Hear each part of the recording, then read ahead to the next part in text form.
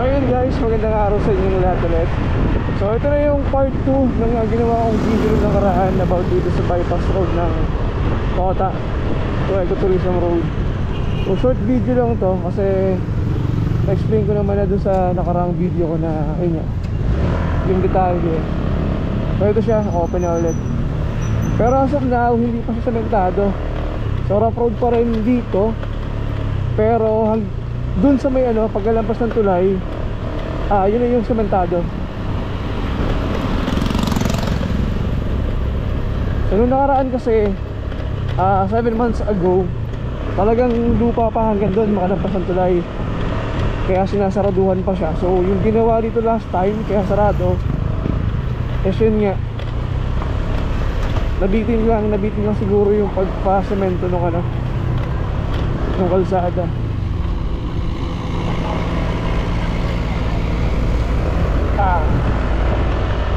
Yeah. Pero at least mas mabilis na talaga yung biyahe mo kung pupunta ka ng San Juan. Pag pupunta ka ng Sariaya, Candelaria, kasi paglabas mo rito Ecotourism Road na so pwede ka nang kumanan papunta doon sa bypass road ng Sariaya. So hindi ka na magbabayan ng Lucena na siyempre medyo matraffic pa rin. Unlike dito, pag dito ka dumaan at darat-darat yun na talaga yung magiging biyahe mo. So ito na lang yung remaining na rough road dito sa bypass road. So mula rito, sementado na yan hanggang dun paglabas mo sa highway.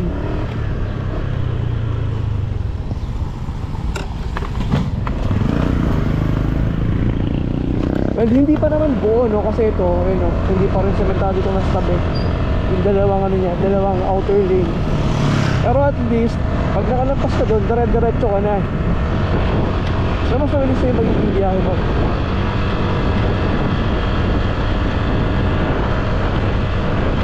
At ang sarap din dumaan dito kasi tinan mo yung view. Ayun yung Mayon. Mayon bagang Banahaw pala. Ayun yung Banahaw mo kitang kita. Tapos dito malawak na rin yung kalsada.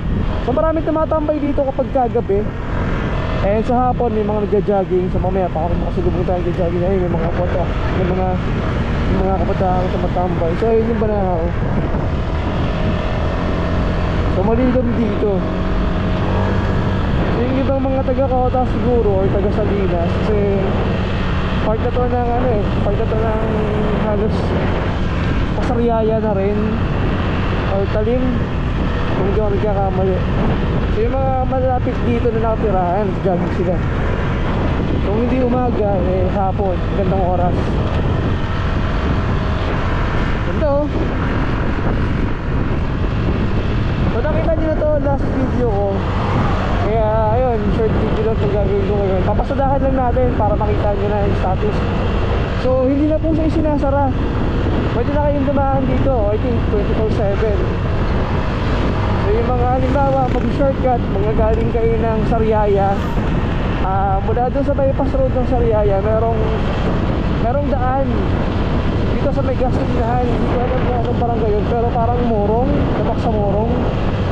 Hindi nga lang, medyo papasok kayo sa isang barangay na may mga daan na medyo rough road so medyo pangikot. Pag dumaan kayo doon, iiwas kayo sa bypass ng Sariaya naman, pero ang labas nila dito mismo malapit sa may Riles. Kung ayaw yung makipagsabayan doon sa bypass road ng Sariaya, pwede kayong dumaan doon mamaya dito kasi maradaan ng komisyon. So ito, ganito yung daan dito, 4 lanes tapos walang lubak. So maganda, hindi mo spalto, sementado talaga. So yun, gusto ng bullet. Woo! Tapos yung sunset, malapit na lumubog yung araw.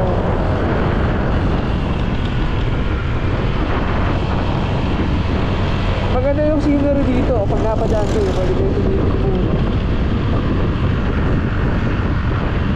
Ganda.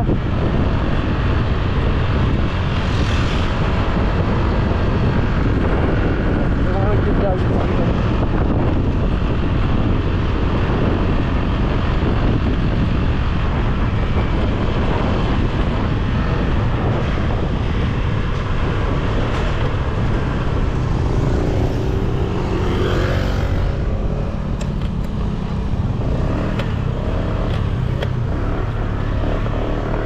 ito yung railless.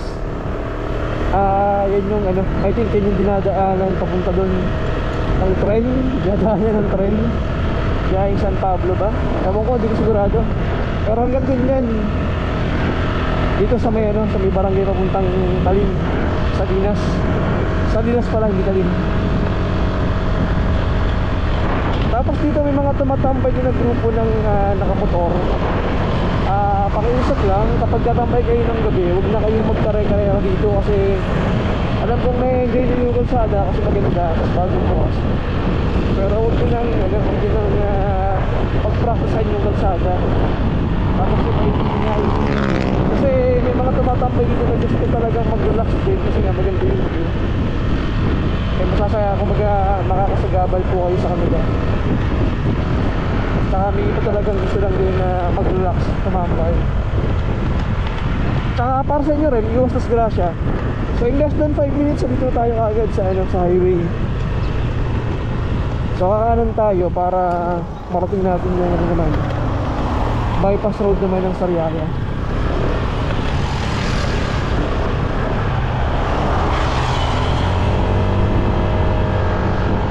So yun, ito yung view pag nakalabas ka dyan. Mahabang ano yan, mahabang daan yan. Hindi sigurado kung ilang kilometro, pero lagay ko na lang dyan sa ano, lagay ko sa screen ilang kilometro ba yan. So diretso na tayo ng bypass road ng Sariaya naman. And so yun, hanggang dito na lang.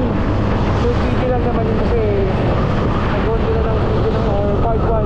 Nag-on ko siya ng part 1 last time.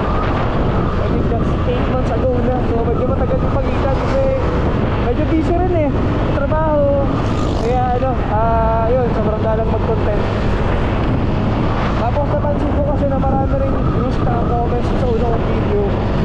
So nag-request sila ng tawag doon, may mga tanong sila kung legit ba na passable na o sumitado na yung buong kalsada.